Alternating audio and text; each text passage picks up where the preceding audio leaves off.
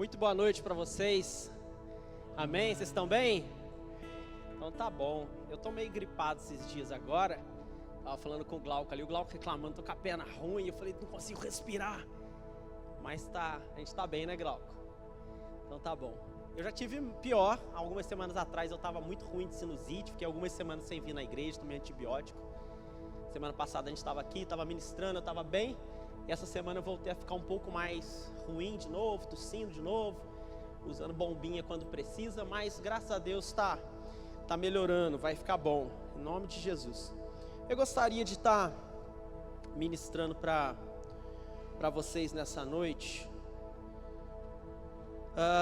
e trazendo a sua memória, fazendo-te relembrar do mês passado, quando eu ministrei, foi a respeito da oração de Ana. Se você puxar na sua memória aí, a gente ministrou no primeiro capítulo de Samuel, primeiro capítulo de 1 Samuel, e aí a gente falou sobre a oração de Ana, aquela mulher que não tinha filhos, e toda vez que ela ia ao templo do Senhor, ela ficava chateada, ela sentia mal. A outra esposa do marido dela, ela fazia uma provocação a ela todas as vezes que isso acontecia. E aí, uma dessas determinadas vezes que eles subiram ao templo para adorar o Senhor, ela colocou aquela oração diante de Deus. E aí então, eu resumindo agora, a gente está falando do primeiro capítulo, né, que eu ministrei aqui. No segundo capítulo, Ana, ela vai receber então o filho que ela pediu para Deus. Deus ele atende esse pedido, essa oração de Ana. E aí no segundo capítulo a gente vai ter Ana, de início ali, né, no começo do segundo capítulo a gente vai ter uma oração de agradecimento de Ana, muito parecido com aquela oração de Maria lá em Lucas 1, onde a gente chama de magnificar, que ela expressa: minha alma engrandece ao Senhor, meu espírito se alegra em Deus meu Salvador. E Ana faz uma oração muito parecida com essa, quase que uma oração que vai ser tomada depois como a de Maria. Maria, ela quase que vai repetir essa oração lá em Lucas depois. E aí no decorrer desse capítulo 2 ainda, a gente vai ver que o profeta Eli, aquele profeta que estava lá sentado naquela cadeira e que pergunta para ela: olha, por que você está aí orando e não está expressando som algum? Você já bebeu essa hora? Nesse capítulo 2 a gente vai ver um alerta de Deus. Um homem de Deus vem até o profeta Eli e faz um alerta de que os filhos dele estavam pecando e que ele deveria fazer alguma coisa, porque senão o juízo de Deus viria sobre a casa e a família do profeta Eli. Esse é basicamente um resumo aí do nosso capítulo 2. E aí eu gostaria de te convidar hoje para a gente estar falando ainda sobre a vida de Samuel. Naquela mensagem anterior a gente falou sobre a oração de Ana e o pedido dela para Deus, para que ele desse um filho. Esse filho se tornou real, Samuel. E aí eu quero te chamar para a gente poder falar um pouco a respeito do chamado de Samuel, para a gente começar a falar sobre a vida de Samuel, em 1 Samuel capítulo 3. Gostaria que você estivesse abrindo sua Bíblia, ou então acompanhando pelo seu dispositivo, pela projeção aqui na frente. 1 Samuel capítulo 3. Se eu falar Samuel, vocês sabem que é 1 Samuel, pelo menos o livro, tá? Vocês sabem que nos escritos, né, os escritos hebraicos, na Bíblia hebraica, o livro de Samuel era um livro só. Mas por conta do tamanho dele, né, de 1 Samuel e 2 Samuel, quando foi diagramado na nossa Bíblia aqui dessa forma, em português e em outras línguas, o livro foi dividido em 1 Samuel e 2 Samuel, mas o original dele, ele era um compilado só, chamado Samuel.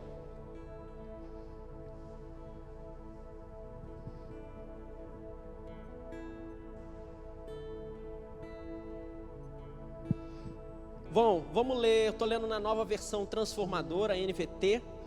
A gente vai ler, e como da última vez, eu vou pedir a sua ajuda, a sua concentração, para a gente ler todo esse capítulo, para a gente ter um entendimento do texto. Não é um capítulo longo, tá? E também é algo bem narrativo, então não é algo que você vai ficar tentando entender aí o que vai acontecer. A situação só vai estar sendo contada. Você vai acompanhando a leitura, vai acompanhando o que eu vou estar lendo, tá? Vamos dizer que você não leu nada essa semana da Bíblia, não quer acreditar assim? A gente vai ler 21 versículos, fica aí 3 por dia, e beleza. Mas eu quero acreditar que vocês leram durante toda a semana, vocês fizeram a leitura bíblica, né? Vamos lá. Capítulo 3, versículo 1. Enquanto isso, o menino Samuel servia ao Senhor, ajudando Eli. Naqueles dias, as mensagens do Senhor eram muito raras e visões não eram comuns. Certa noite, Eli, que estava quase cego, tinha ido se deitar. A lâmpada de Deus ainda não havia se apagado, e Samuel dormia na casa do Senhor, onde estava a arca de Deus. De repente, o Senhor chamou: Samuel. O menino respondeu: estou aqui. Ele se levantou e correu até onde estava Eli. Estou aqui, o Senhor me chamou? Não o chamei, respondeu Eli. Volte para a cama. E Samuel voltou a se deitar. Então o Senhor o chamou novamente: Samuel. Mais uma vez Samuel se levantou e foi até Eli. Estou aqui, o Senhor me chamou? Mas Eli respondeu: meu filho, não o chamei, volte para a cama. Samuel ainda não reconhecia o Senhor, porque nunca havia recebido uma mensagem dele. O Senhor o chamou pela terceira vez, e novamente Samuel se levantou e foi até Eli. Estou aqui, o Senhor me chamou? Então Eli entendeu que era o Senhor que chamava o menino, por isso disse a Samuel: vá e deite-se novamente. Se alguém o chamar, diga: fala, Senhor, pois teu servo está ouvindo. E Samuel voltou para a cama. Então o Senhor veio e o chamou como antes: Samuel, Samuel. Samuel respondeu: fala, pois teu servo está ouvindo. Então o Senhor disse a Samuel: estou prestes a realizar algo em Israel que fará tinir os ouvidos daqueles que ouvirem a respeito. Cumprirei do começo ao fim todas as ameaças que fiz contra Eli e sua família. Eu os adverti de que castigaria sua família para sempre, pois seus filhos blasfemaram contra Deus, e ele não os repreendeu por seus pecados. Por isso, jurei que os pecados de Eli e de seus filhos jamais serão perdoados, por meio de sacrifícios nem de ofertas. Samuel ficou deitado até de manhã, e então se levantou e abriu as portas da casa do Senhor. Estava com medo de contar para Eli a visão que tivera, mas Eli o chamou: Samuel, meu filho. Estou aqui, respondeu Samuel. O que o Senhor lhe disse? Perguntou Eli. Conte-me tudo, e que o Senhor o castigue severamente se você esconder de mim alguma coisa que ele disse. Então Samuel contou tudo a Eli e não escondeu nada. Eli respondeu: é a vontade do Senhor que ele faça o que lhe parecer melhor. À medida que Samuel crescia, o Senhor estava com ele, e todas as suas palavras se cumpriam. De todo Israel, de Dan ao norte, a Berseba ao sul, sabia que Samuel havia sido confirmado como profeta do Senhor. O Senhor continuou a aparecer em Siló e a transmitir mensagens a Samuel ali. E as palavras de Samuel chegaram a todo o povo de Israel. Feche seus olhos. Deus, obrigado pela tua palavra ministrada e lida aqui nessa noite. Nós sabemos que a sua palavra ela é viva, ela é eficaz, ela transforma os nossos corações. Pedimos que o Senhor possa falar conosco através da tua mensagem nessa noite, e que ao sairmos daqui ela continue ecoando os nossos corações e trazendo transformações às nossas vidas. É o que pedimos e te agradecemos. Amém, amém, glória a Deus. Vamos lá. Para a gente começar a falar dentro desse texto, eu já mencionei como foi na última vez que eu tive ministrando, né, a oração de Ana, e eu falei também o que vai estar acontecendo no capítulo 2, para a gente ter mais ou menos um entendimento. Então a gente vai ver que a palavra lá que foi ministrada, que foi proferida sobre os filhos de Eli, Deus agora então está chegando para Samuel e dando o ultimato: olha, você precisa levar essa mensagem de que a família de Eli, os filhos deles, eles já são julgados, o julgamento deles já saiu, a condenação deles já está feita. Mas antes da gente chegar nesse ponto, eu gostaria de voltar com você lá nos primeiros versículos, e a gente vai comentando alguns pontos interessantes que a gente pode entender nesse texto, que podem clarear um pouco a nossa mente para entender. No primeiro versículo vai falar que, enquanto isso, o menino Samuel servia ao Senhor. É muito comum para a gente, pelo menos para mim, e acho que a maioria das pessoas, pelo menos que cresceram na igreja, estão acostumados com a escola dominical, né, vão lembrar ou vão ter na mente a figura do menino Samuel como um menininho, aquela criancinha vivendo no templo, ajudando o sacerdote Eli e servindo no templo. Pode ser que realmente, como a gente viu no capítulo 2, no final do capítulo 1, a oração de Ana sendo respondida, ela cumpriu a promessa que ela fez diante do Senhor, e ela de fato levou Samuel para servir na casa de Deus, ele como um ministro da casa de Deus. Então provavelmente ele chegou ali no templo, no tabernáculo de Deus, muito cedo, ele era muito novinho. Mas o que a gente percebe nesse texto é que, apesar de chamar ele de menino Samuel, provavelmente já não era mais um menininho de 4 anos, 5 aninhos, igual às vezes a gente imagina, 6 anos. Esse termo usado no original hebraico, menino, que eles traduziram como menino, é muito difícil a gente expressar ou da gente descobrir qual era a idade desse menino. Por exemplo, o mesmo termo que está usado aqui como menino, foi o mesmo termo que é usado lá para Moisés, com 3 meses de idade, quando ele é colocado naquele cestinho no rio, e a filha do faraó encontrou ele. Lembra desse episódio? Ele tinha 3 meses. Mas o mesmo termo é usado para José, quando ele tem 17 anos, e os irmãos dele têm o ciúme dele. Então é um termo muito amplo e muito abrangente. Não dá para a gente tomar exatamente uma ideia de que, então Samuel era um menininho, uma criancinha de 5, 6 anos. Não dá para saber. Alguns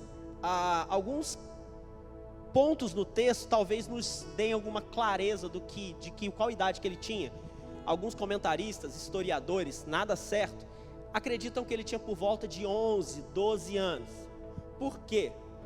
Primeira coisa, que no versículo 15, a gente vai ver ali que ele ficou na cama um pouco mais de tempo, e depois ele se levantou para cumprir as obrigações que ele tinha no templo.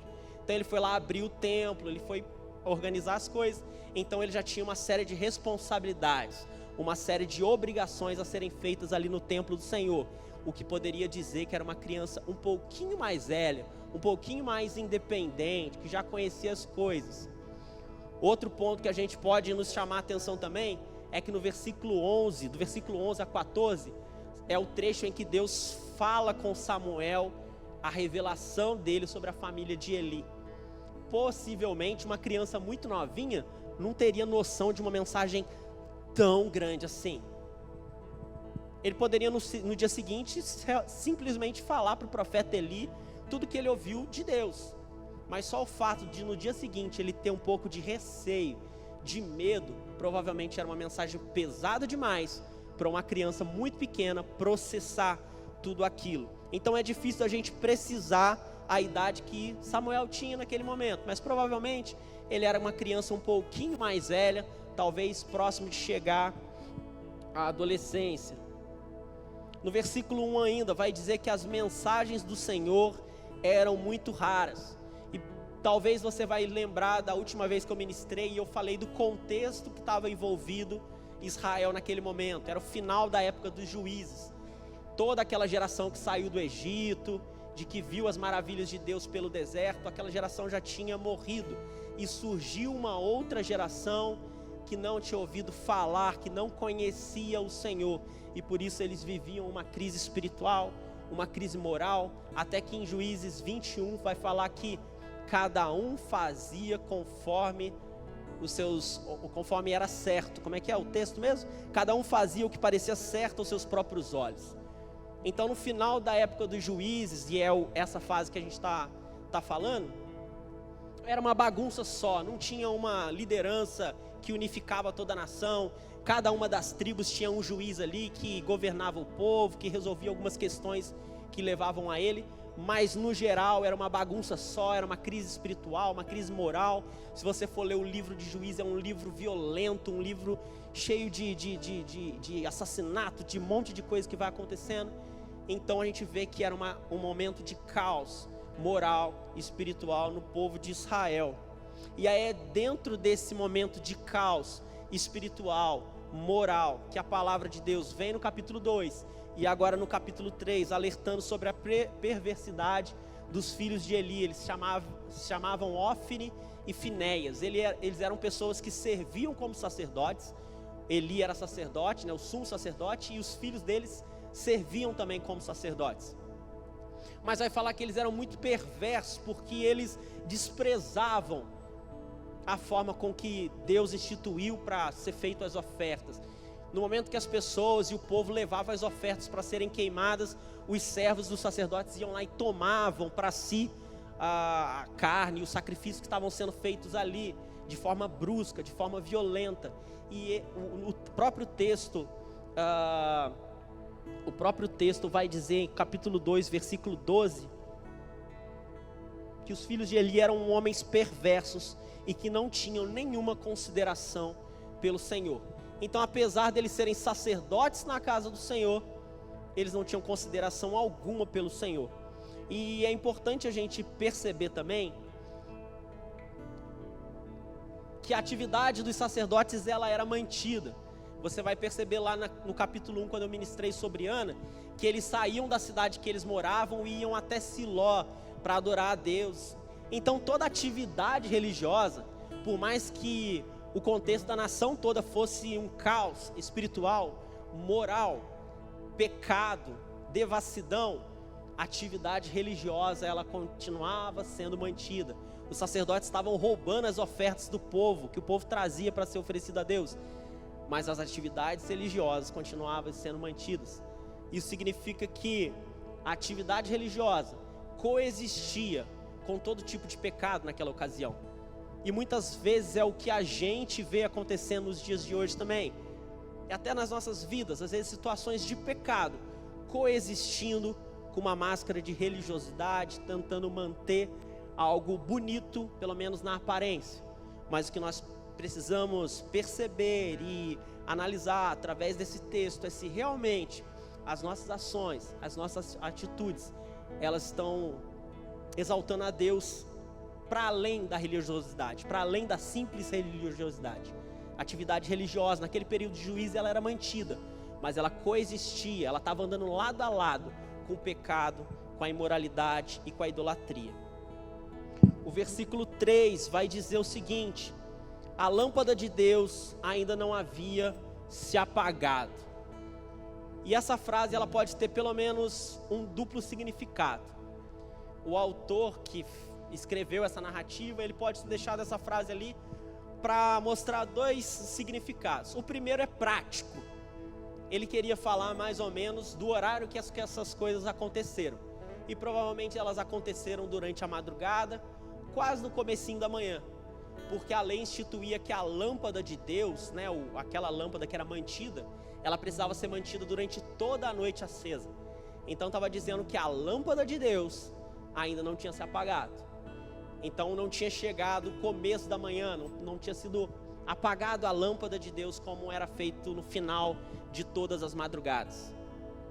E por outro lado tem um significado simbólico também. O escritor ele poderia estar dizendo que apesar de toda essa crise, apesar de todo esse caos espiritual, moral, das pessoas fazendo conforme estava segundo a sua vontade, a lâmpada de Deus ainda não tinha se apagado. O cessar de Deus ainda não tinha acontecido. A voz de Deus ainda poderia ser ouvida em algum momento, ainda tinha esperança. Estava prestes a acontecer e a se iniciar um novo capítulo na história de Israel. Deus vindo chamar Samuel para ser um profeta. Apesar de todo aquele cenário de crise, a lâmpada de Deus ainda não tinha se apagado. Ainda existia esperança. E aí então no versículo 4 até o versículo 10, a gente tem o relato do chamado de Deus a Samuel.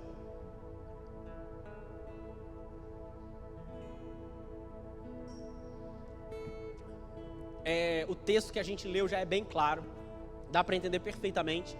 Deus chama Samuel por 2 vezes, ele confunde, né? Ele não sabe que é Deus que está chamando, ele responde para Eli: oi, o senhor me chamou? Ele fala: não te chamei, pode voltar para sua cama. Isso por 2 vezes. Na terceira vez, muda um pouquinho o final. Deus chama novamente, ele vai até o quarto de Eli, achando que é Eli que está chamando, só que dessa vez Eli saca. Ele fala assim: então peraí, se eu não estou chamando e o menino está ouvindo alguém chamando a ele, provavelmente é Deus que está chamando Samuel. E aí abre um parênteses gigante na nossa cabeça. Será que Eli já tinha tido essa oportunidade em algum outro momento da sua vida? Agora ele estava vivendo um momento de crise espiritual, de omissão, os filhos dele fazendo uma série de pecados e ele omisso em relação a tudo isso. Mas ele, como sacerdote, será que em algum momento ele já tinha ouvido aquela voz e falou assim: eu já tive essa experiência, eu já senti isso que esse menino está sentindo, de uma voz falando comigo, e eu não sabia de onde era essa voz, era Deus falando comigo. E aí ele percebe, então, deve ser Deus falando com Samuel. E aí ele instrui a Samuel: olha, faz o seguinte, não sou eu que estou te chamando, quando você voltar para o seu quarto, e se novamente te chamarem, fala, Senhor, que o teu servo está ouvindo. E assim Samuel fez, ele voltou novamente para a cama e ficou lá. Então a voz veio, e de uma forma duplicada: Samuel, Samuel. Já estava no tempo, Samuel. Aí Samuel, diante da instrução de Eli, ele fala, Senhor, que o seu servo está ouvindo. E aí, diante desse comando, dessa resposta de Samuel, Deus vem e começa a expressar, a falar, a se revelar para Samuel tudo aquilo que ele iria fazer na casa e na família de Eli.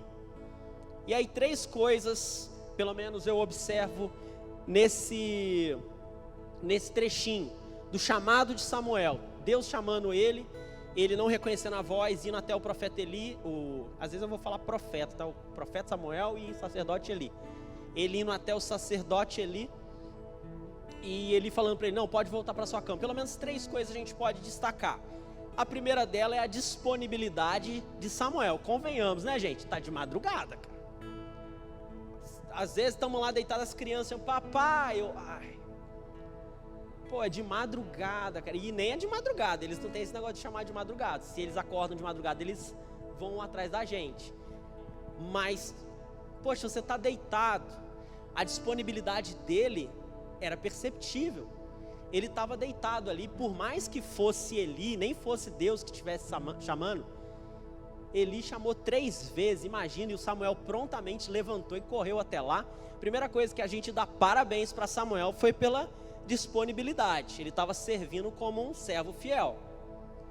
A segunda coisa que a gente percebe é justamente o que eu falei agora há pouco, contando a narrativa. Apesar do momento de Eli, de ser um momento de omissão, de apatia espiritual talvez, em que ele via as coisas erradas acontecendo, e o texto vai falar também de forma física, de forma prática, mas também de forma simbólica, de que ele já não enxergava bem. Ele via as coisas erradas acontecendo, mas ele não enxergava mais, ele já não estava mais nem aí. E diante dessa apatia, dessa omissão de Eli, a gente percebe a percepção e o discernimento que ele ainda tinha em perceber: essa voz deve ser a voz de Deus. Se Samuel está ouvindo alguém chamar ele, deve ser a voz de Deus. Então a gente percebe a disposição de Samuel e o discernimento de Eli, apesar da situação e do momento que Eli já estava vivendo na vida dele. Uma vida já omissa e apática espiritualmente. E um outro ponto também que a gente nos chama a atenção é o versículo 7, dizendo que Samuel ainda não conhecia o Senhor, pois nunca havia recebido uma mensagem dele. E isso traz um alerta para nós hoje. Nós só conhecemos a Deus à medida à medida que Ele se revela a nós. Nós só conhecemos a Deus à medida que Ele fala conosco. o relacionamento só consegue se estabelecer pelo diálogo. Então, se a gente não tem um diálogo estabelecido com Deus, se nós não falamos com Ele e Ele fala conosco, e eu gosto sempre de falar isso, que nós estávamos perdidos nos nossos pecados, nos nossos delitos, como a Bíblia fala, e nós estávamos incapazes de alcançar a Deus. Nós estávamos perdidos, nós estávamos mortos espiritualmente. E a gente tem que ter sempre na mente que a iniciativa é de Deus. O primeiro passo foi de Deus. Ele veio ao nosso resgate. Ele enviou o seu Filho para morrer por nós. Se Ele não tivesse feito essa ação, essa obra redentora, nós nunca conseguiríamos nos salvar e perceber preciso de um Salvador.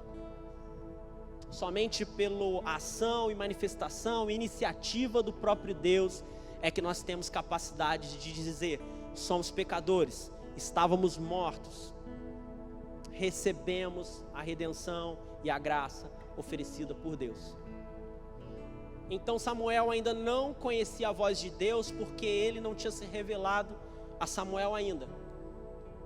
E isso fica como lição para a gente.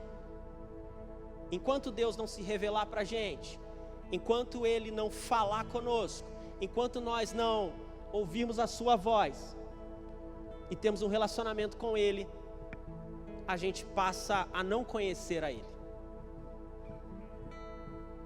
Passando para frente, a gente vai falar então sobre os versículos 11 a 14, quando Deus então de fato profere a revelação que Ele tinha para a família de Eli.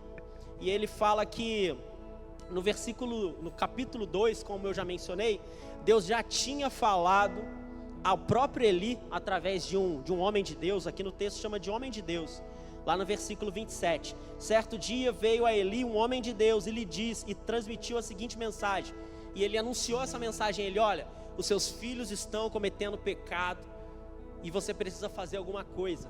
O texto vai falar que Eli até foi falar com seus filhos e que eles nem ligaram.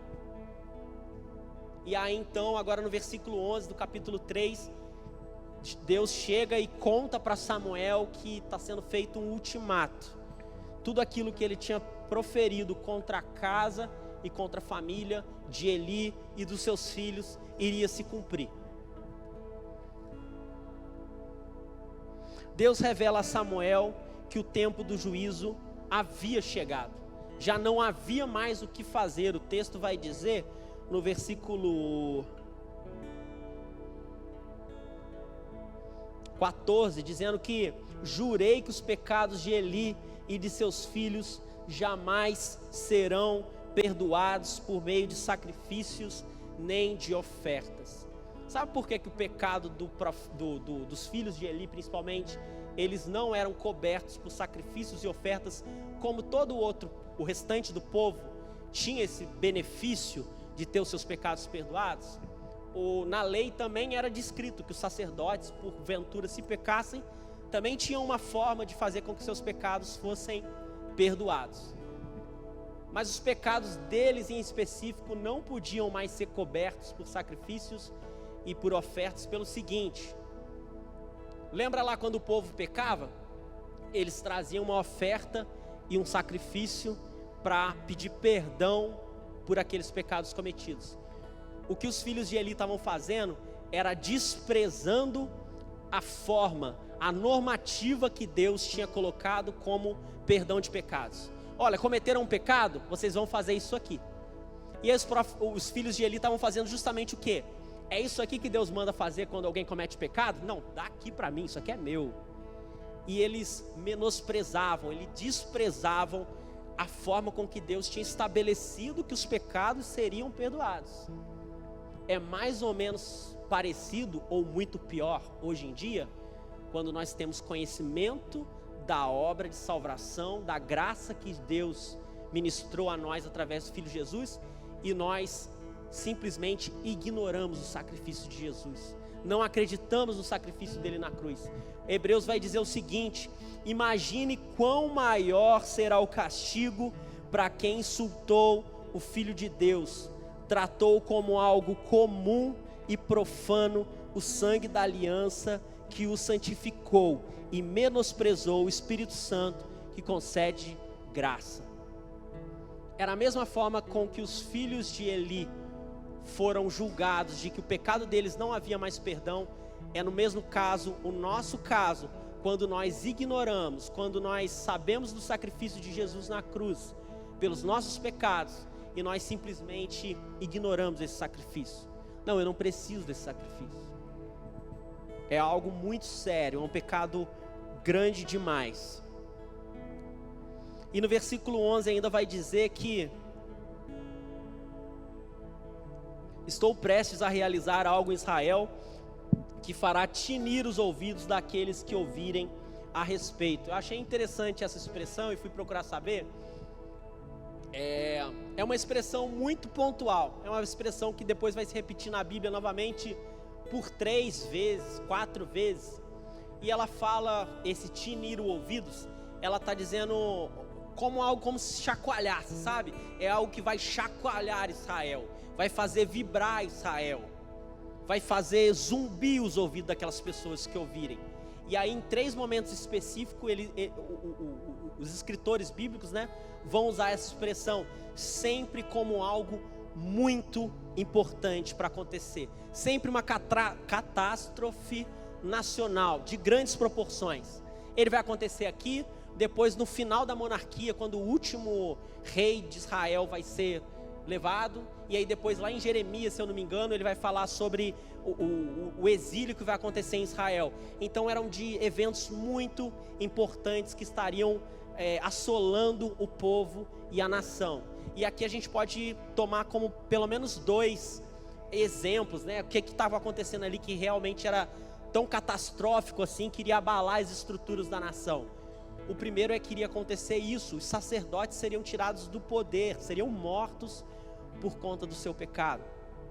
E aí logo alguns versículos depois que a gente terminou, já no capítulo 4, eles vão entrar em guerra contra os filisteus, e durante as guerras contra os filisteus, eles vão pegar a Arca da Aliança e vão levar como um amuleto de guerra, vamos levar para dar sorte.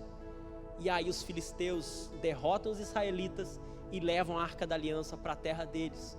E isso é considerado para eles, para Israel naquele momento, como se a presença de Deus nos deixou. A presença de Deus, de uma vez por todas, ela saiu daqui.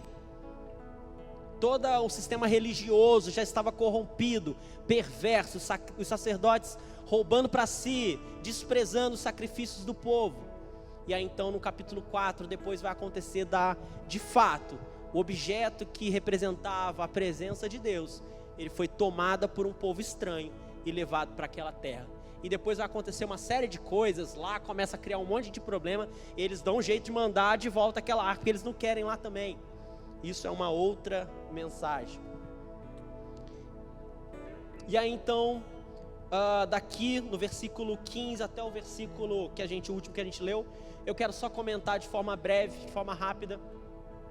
A gente vai ver que no versículo 15, Samuel, ele fica ali deitado na sua cama, naquela manhã, pensativo em tudo que estava acontecendo. Ele se levanta, apesar de toda a revelação que ele havia recebido de Deus, ele vai lá e vai cumprir suas obrigações, suas responsabilidades, vai abrir a porta do templo, vai colocar as coisas no lugar. E aí a Bíblia fala que ele teve medo de contar para Eli o que ele ficou sabendo. Perfeitamente normal. Você imagina uma mensagem, uma bomba desse tamanho nas mãos de, no máximo, um adolescente. Ele precisava contar para o sacerdote, para o sumo sacerdote daquele povo, que os filhos dele e o próprio Eli estavam com os dias contados. Era uma mensagem dura demais para ser transmitida. E aí no versículo 15 vai falar que Samuel teve medo, ele teve receio de contar para Eli. E Eli então vai falar: olha, eu quero que você me conte tudo o que você ouviu de Deus. E aí fala que Samuel então foi fiel e contou tudo. Ele contou tudo para Eli. E Eli termina o texto, né, do versículo 18.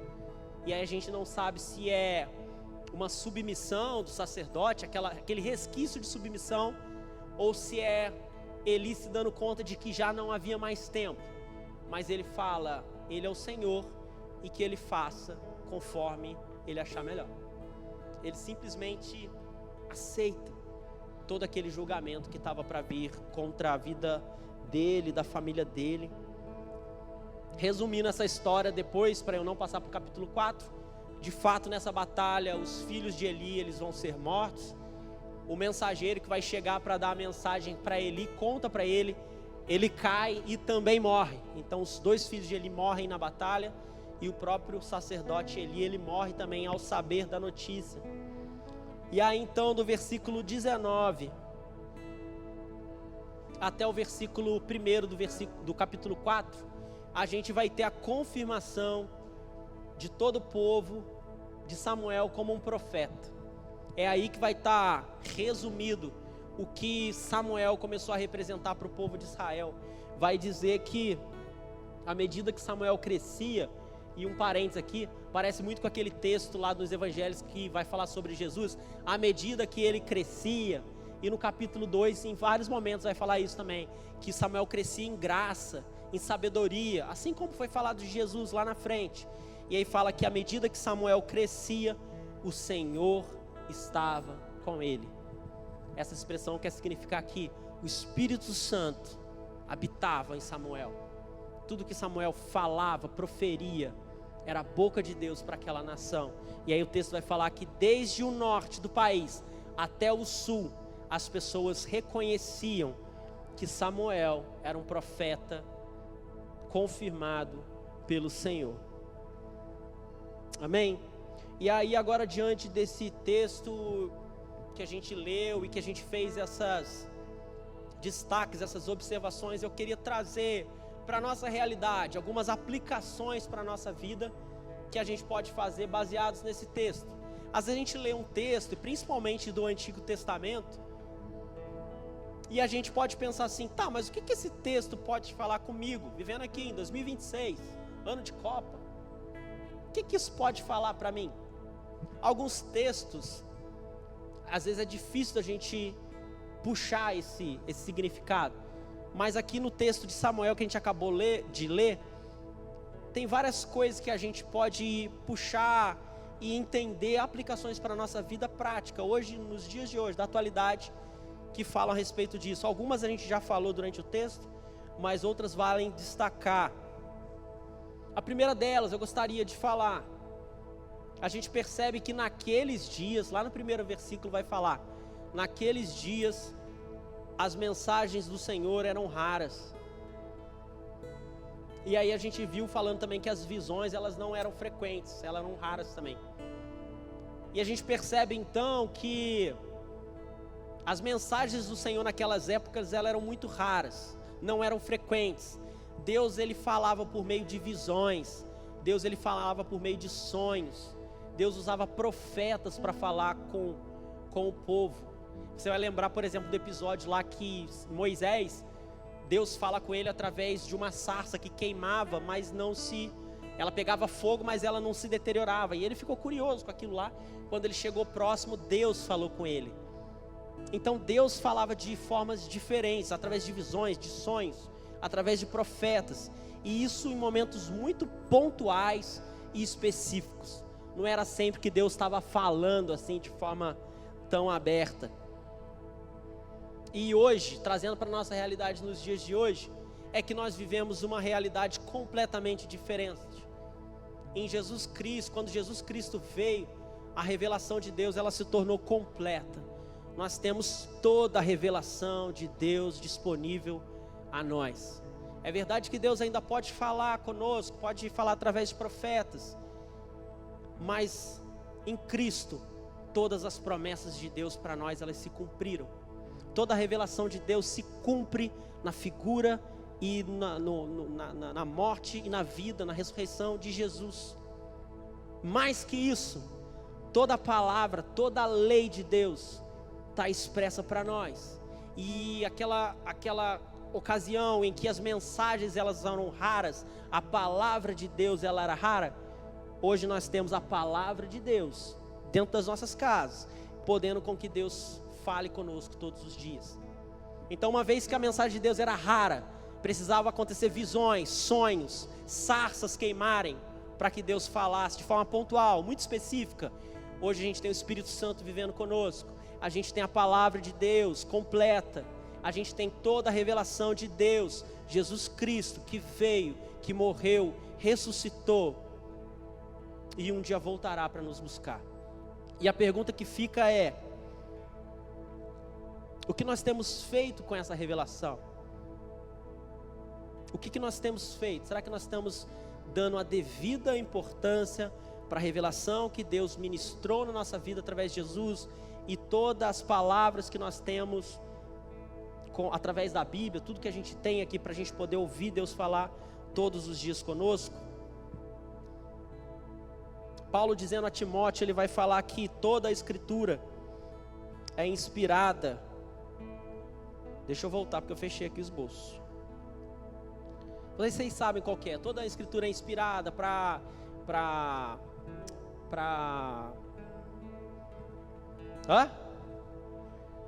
o que o Glauco falou? Instruir?